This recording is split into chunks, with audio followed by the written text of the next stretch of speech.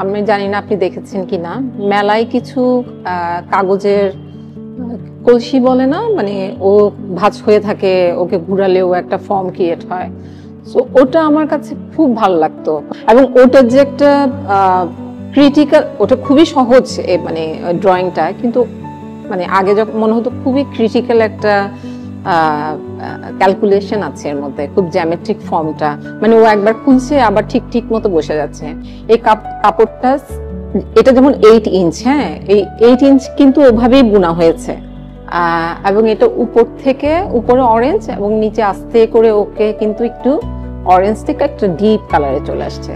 So ও কিন্তু ওই কাগজের কলসিটার মতোই, ও কিন্তু অটোমেটিকলি আবার যখন ওকে খুলে ফেলবো ও কিন্তু ভাঁজ হয়ে যাবে এবং ওকে ফোল্ড করা যাবে, আবার খুললে ও আবার খুলে যাবে আর কি। আমরা লাইটটা নিয়েও অনেক কাজ করেছি, যে আমরা কাজটাকে এমন ভাবে দেখাতে চাই ও একটা আলাদা ওয়াল পাবে, এবং ওর যে লাইট শেড ওটাও একটা কাজের মানে ইন্টারাকশন হবে কাজের সাথে, ওটাও কাজ হিসেবে অ্যাড করা হচ্ছে এখানে। এই তো।